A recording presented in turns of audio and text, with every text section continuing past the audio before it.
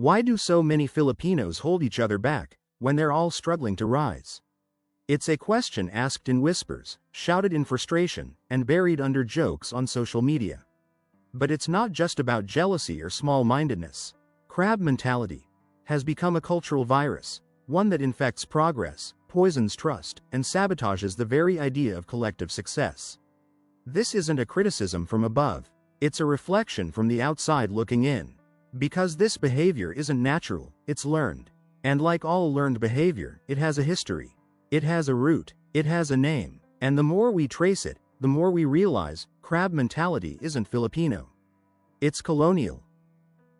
The term crab mentality isn't native to the Philippines, it's an imported metaphor. It likely came from foreign observers noticing a pattern. Whenever one crab tried to escape a bucket, the others would pull it down. Metaphorically, it described human behavior where individuals sabotage others out of envy, pride, or insecurity. But the phrase took hold in the Philippines because people saw themselves in it.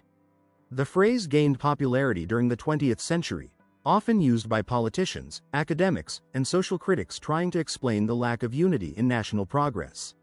But here's the thing. Crabs don't know they're in a bucket. They didn't choose to be trapped. They didn't build the walls. So before we blame the crabs, maybe we should ask, who put them there in the first place?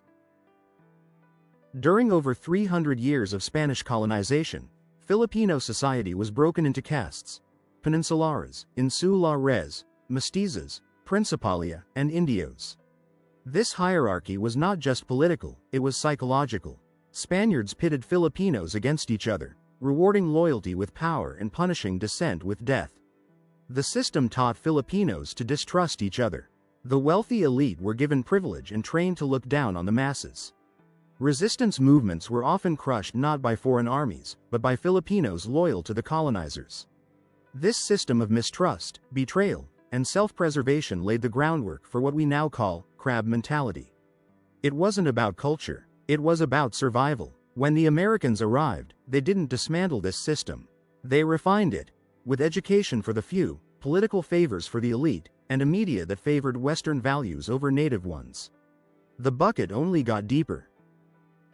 When resources are scarce, jobs, scholarships, connections, people fight not for progress but for position. In the Philippines, competition often replaces collaboration. A friend's success is seen as your failure. A neighbor's rise feels like a threat. This mindset thrives in tightly packed communities, where opportunities are limited and every step forward feels like a loss for someone else. Add decades of corruption, nepotism, and favoritism, and you've got a system that rewards sabotage more than support. People who rise too fast are accused of being mayabang, arrogant. Those who try something new are mocked. Those who dream big are told to just be realistic. The message is clear. Don't rise too far, don't stand out, don't leave the bucket.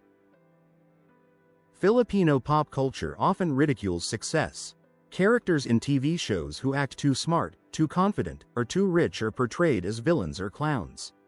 Meanwhile, the underdog, the obedient, humble one, is the hero. Even online, when someone achieves something abroad, the top comments aren't always praise, they're accusations. Why didn't you help your neighbors? Who do you think you are? This collective mindset isn't unique to the Philippines, but it's intensified here by a long history of being told, you're second class. Colonial inferiority created a need to police each other's success, because individual excellence became a threat to group comfort. And social media only amplifies it. Crab mentality can't be unlearned overnight. It's wired into generations of behavior. But awareness is the first step. History explains it, but accountability ends it. We see counterexamples all the time. OFWs supporting each other abroad. Indigenous communities sharing harvests. Youth coalitions crowdfunding for disaster relief. These are cracks in the bucket. Proof that the instinct to pull others down is not Filipino, it's colonial. Real progress will require institutions that reward collaboration, not corruption. It will require media that uplifts, not mocks. And it will require a culture that celebrates the success of one, as success for all. From the outside looking in, crab mentality isn't a moral flaw, it's a historical scar. It's not about jealousy, it's about trauma. It's what happens when a people are told, generation after generation, that only one person can rise at a time. But here's the truth. The Philippines has never lacked talent. It's never lacked heart. What it has lacked are systems that reward unity. The crab doesn't need to be blamed. It needs to be freed. Because when Filipinos lift each other up instead of pulling each other down, the world doesn't just notice. The world watches in awe.